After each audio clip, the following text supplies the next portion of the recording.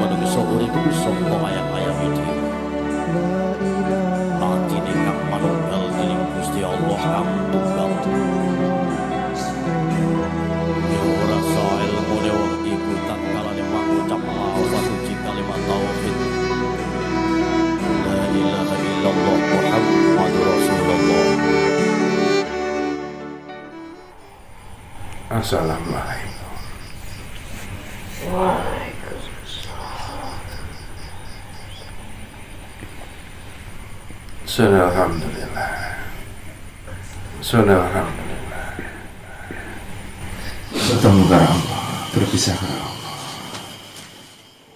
Ya Allah, Ya Rahman, Ya Rahim. Allah yang Maha Kala, Allah yang Maha Kala,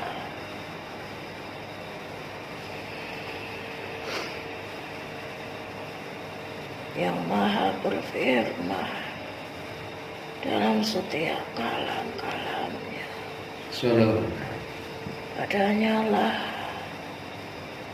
pemilik segala kesempurnaan, segala kekuasaan, dan segala kebenaran. Allah Subhanahu wa ta'ala. Allah Subhanahu wa ta'ala.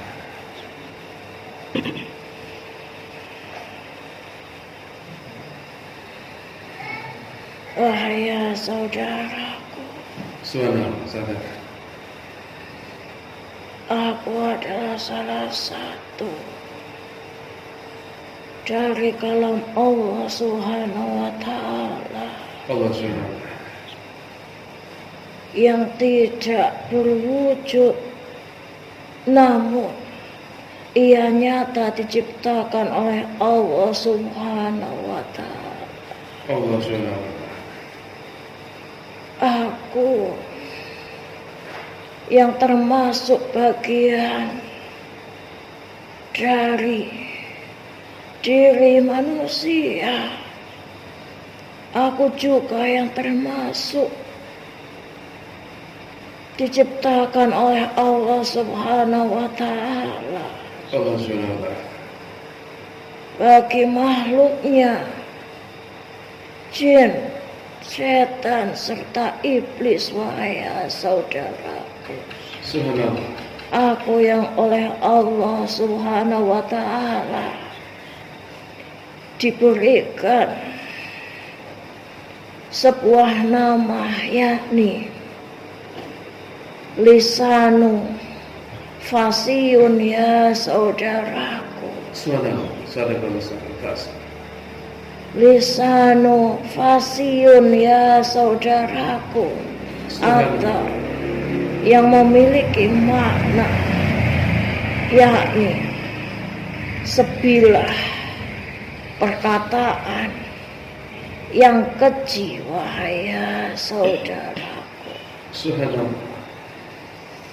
Meskipun perkataan tersebut tidak diucapkan dan ia terkandung di dalam hati manusia serta makhluk Allah yang lain, wahai saudaraku, tetaplah ia memiliki nama lisanu fasiyun, ya saudaraku,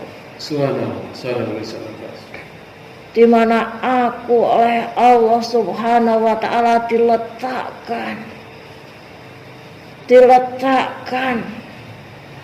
pada setiap makhluknya sebagai bentuk sebuah ujian, wahai saudaraku. Berhati-hatilah dengan keberadaanku, wahai saudaraku. Janganlah sampai hati engkau tergelincir, lidah engkau tergelincir, wahai saudaraku. Karena cobaan hidup yang juga menerangkan engkau atas ilmu-ilmunya pun mampu membuat hati engkau bergejolak, wahai ya saudaraku. Subhanallah. Pikiran engkau bergejolak, wahai ya saudaraku. Dan apabila keduanya telah ditunggangi nafsu, keduanya telah ditunggangi oleh ego, wahai ya saudaraku, Subhanallah. maka ia akan mudah tergelincir, sehingga aku akan berada di tengah-tengahnya, wahai ya saudaraku. Subhanallah. Lisanu fasiyun, ya saudaraku, yang mampu menghancurkan sebuah ukhuwah, wahai ya saudaraku, di mana persaudaraan yang telah tersambung mampu aku hancurkan, wahai ya saudaraku. Di mana sebuah ikatan darah pun mampu dihancurkan oleh karena adanya diriku, wahai ya saudaraku. Subhanallah. Jangan menyalahkan siapa-siapa, apalagi menyalahkan Tuhan engkau, wahai ya saudaraku. Karena aku memang diciptakan oleh Tuhanku yang Esa sebagai sebuah ujian yang diletakkan pada setiap makhluk Allah subhanahu wa ta'ala, wahai ya saudaraku. Tugas engkau adalah untuk menjaga lisanu engkau, ya saudaraku, menjaga hati engkau agar tidak mudah tergelincir oleh ego engkau, oleh nafsu engkau, wahai ya saudaraku, sehingga aku terletak di tengah-tengahnya, wahai ya saudaraku. Wahai ya saudaraku, sesungguhnya aku pun yang juga terlahir dari sebuah hadis, wahai ya saudaraku, bahkan yang dialami oleh keluarga dari Rasulullah itu sendiri, wahai ya saudaraku, tentang kisah dari istrinya, yakni Siti Aisyah, yang ketika dilarang oleh Rasulullah, wahai ya Aisyah, janganlah kau hadiri pesta tersebut ya Aisyah, karena hanya akan engkau dapatkan kemudaratan ketika engkau berada di tengah perkumpulan itu ya Aisyah. Namun Siti Aisyah tetap bersikukuh dengan hatinya, bersikukuh dengan keinginannya untuk tetap menghadiri pesta tersebut, wahai ya saudaraku, untuk tetap menghadiri jamuan tersebut, wahai ya saudaraku, sehingga oleh Nabiullah Muhammad SAW ia diberikan satu pelajaran yang luar biasa, wahai ya saudaraku. Siti Aisyah diperintahkan oleh Nabiullah, baiklah aku akan ridho dengan kepergianmu ya Aisyah. Ya Humairah, aku akan ridho dengan kepergianmu.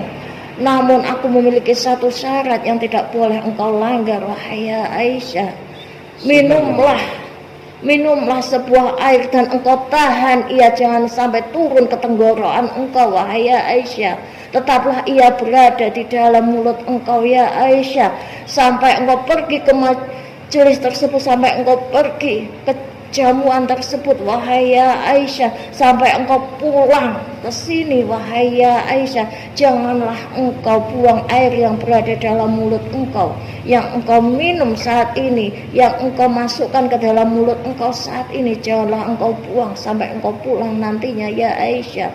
Dan Siti Aisyah pun menyetujui syarat tersebut, wahai ya saudaraku, sehingga Siti Aisyah pun berangkat menuju majelis tersebut, menuju perjamuan tersebut ya saudaraku. Ia dengan kedongkolan hatinya, mengapa ia tidak diizinkan untuk berbicara kepada orang-orang yang berada di jamuan tersebut. Dengan kedongkolan hatinya, dengan amarahnya yang berada di dalam hatinya, kenapa Nabi tidak begitu adil, memperbolehkanku menghadiri jamuan namun tidak memperbolehkanku untuk membuka mulutku? Bagaimana aku menikmati perjamuan di sana? Bagaimana aku akan berbicara dengan orang-orang yang berada di sana? Ternyata ketika di perjamuan itu ya saudaraku, benarlah seperti yang diucapkan oleh Nabiullah Muhammad SAW, bahwa di sana hanya terdapat banyak kemudaratan, wahai ya saudaraku, banyak hal yang tidak benar berada di sana, wahai ya saudaraku, dan hanya banyak para saudara yang berada di sana saling mengejek antara saudara satu dengan yang lain, membandingkan antara kehidupan satu dengan yang lain, menggibahkan antara saudaranya yang satu dengan yang lain, wahai ya saudaraku. Sehingga ketika Siti Aisyah pulang menuju ke kediamannya dan bertemu dengan Nabiullah Muhammad SAW, ketika ia bertemu kembali dengan sang Rasul ya saudaraku, maka sang Rasul memerintahkan kepada Siti Aisyah, ya Humairah, sekarang aku izinkan engkau untuk mengeluarkan air yang telah engkau berada di dalam mulut engkau saat ini ya Humairah. Lalu dengan saat itu pula Siti Aisyah mengeluarkan air yang telah berada di dalam mulutnya sejak ia berangkat ke perjamuan itu sampai ia pulang ke perjamuan itu ya saudaraku. Dan apa yang terjadi wahai ya saudaraku, air itu berwarna begitu hitam pekat ya saudaraku, hitam dan sangatlah pekat wahai ya saudaraku. Di sini Nabiullah Muhammad SAW telah mengajarkan kepada Siti Aisyah, ya Humairah, lihatlah air itu. Air itu yang berada di dalam mulut engkau ya Humairah. Seperti itulah keadaan hati engkau yang diselimuti dengan amarah, yang diselimuti dengan kemarahan ya Aisyah. Padahal aku telah memperingatkan engkau, di sana hanyalah engkau temui banyak kemudaratan wahai ya Aisyah, wahai ya Humairah. Seperti itulah hitam pekatnya hati seseorang yang ketika di dalam hatinya telah berujar lisanu fasyun ya Humairah. Meskipun sebelum engkau ucapkan dengan lisan engkau, dengan lidah engkau, namun hati engkau pun memiliki kalamnya ya Humairah. Yakni hati engkau memiliki kalamnya, mampu berbicara wahai ya Humairah. Dan yang engkau kandung di dalam hati engkau pun turut serta seperti yang terwujud ketika engkau mengeluarkan air yang begitu hitam pekatnya itu ya Humairah. Sesungguhnya lisanu fasyun adalah racun ya Humairah. Lisanu fasyun adalah racun ya Humairah. Dan ia bisa engkau tangani ketika engkau mampu bertawakal kepada Allah, ketika engkau memenuhi hati engkau dengan kesabaran ya Humairah, serta dengan engkau mampu mengendalikan nafsu yang ada di dalam diri engkau ya Humairah. Seperti itulah ya saudaraku, aku yang termasuk berada di dalam hadis perjalanan dari Rasulullah dan keluarganya ya saudaraku.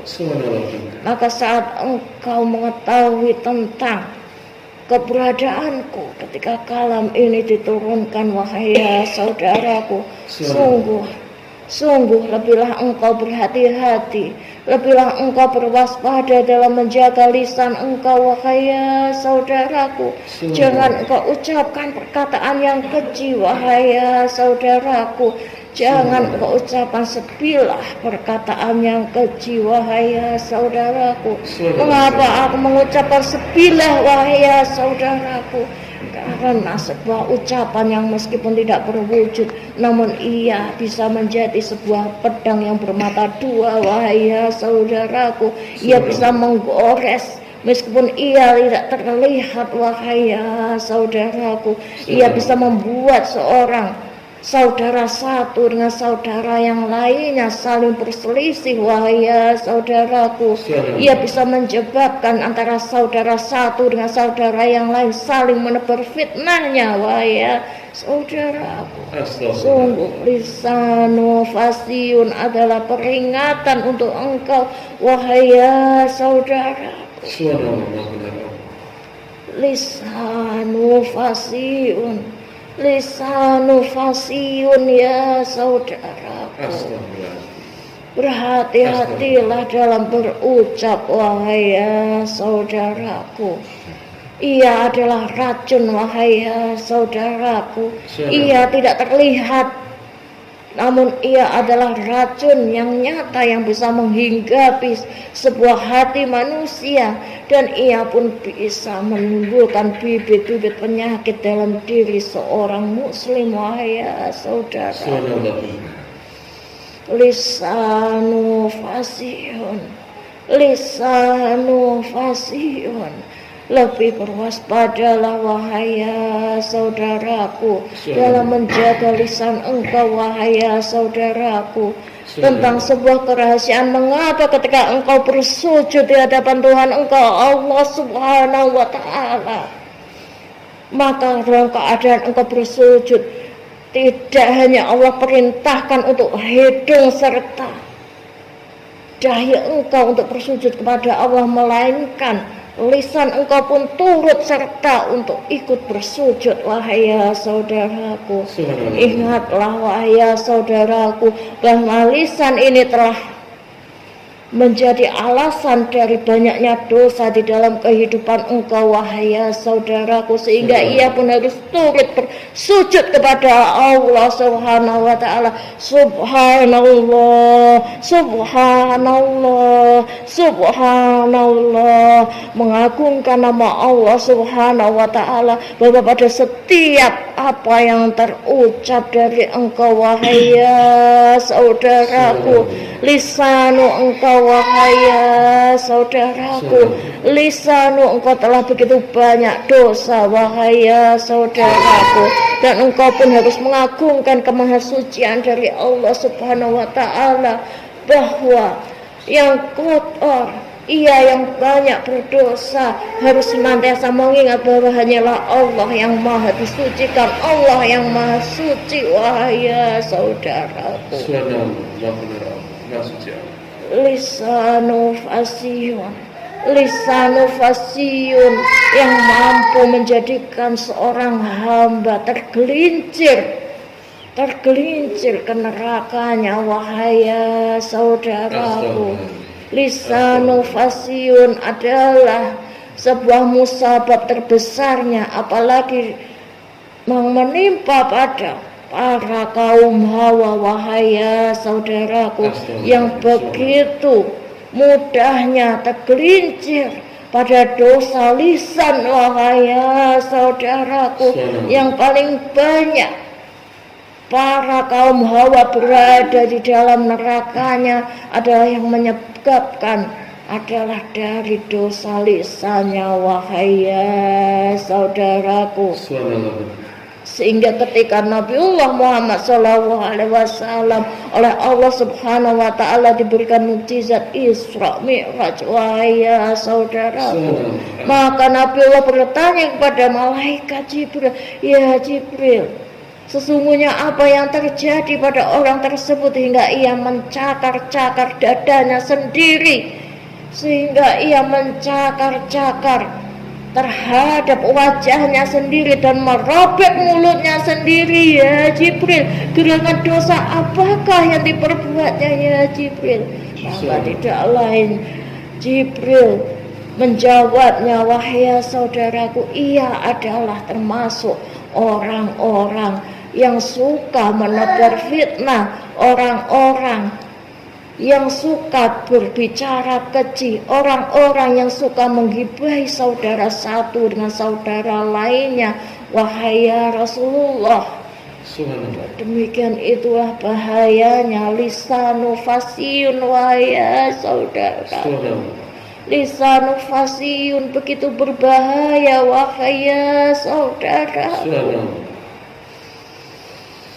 Sungguh semoga setelah turunnya kalam lisanu fasihun ini wahai ya saudaraku, semakin membuat engkau teringat dan lebih berwaspada dengan ucapan engkau wahai ya saudaraku. Bukankah dari kalam-kalam Allah yang berada di Al-Quran telah menyebutkan dengan jelas wahai ya saudaraku, yakni Quran surat Al-Hujurat pun telah di sana dituliskan dengan jelas wahai ya saudaraku, bahwa mereka yang suka mencela, mereka yang suka menebar ucapan yang keji dengan lisannya, itu sama halnya mereka sedang menikmati lauk pauk bangkai dari saudaranya sendiri wahai ya saudaraku. Dan sungguhlah engkau tidak akan merasa jijik, wahai ya saudaraku, ketika engkau menikmati daging dari saudara engkau yang busuk itu, wahai ya saudaraku. Astagfirullah. Astagfirullah. Sesungguhnya pada setiap manusia, pada setiap hamba-hamba Allah pun diciptakan dengan kekurangan serta kelebihannya, wahai ya saudaraku. Maka apabila engkau mengunjingkan kekurangannya ya saudaraku, maka tidak akanlah menjadi kelebihan engkau, melainkan berkali-kali lipat menjadi kekurangan dalam diri engkau sendiri, wahai ya saudaraku. Semoga Allah semakin membukakan hati engkau dengan yang terang, wahai ya saudaraku. Yang terang lagi, yang dikaruniai dengan petunjuk dari Allah Subhanahu wa Ta'ala. Assalamualaikum warahmatullahi wabarakatuh. Waalaikumsalam.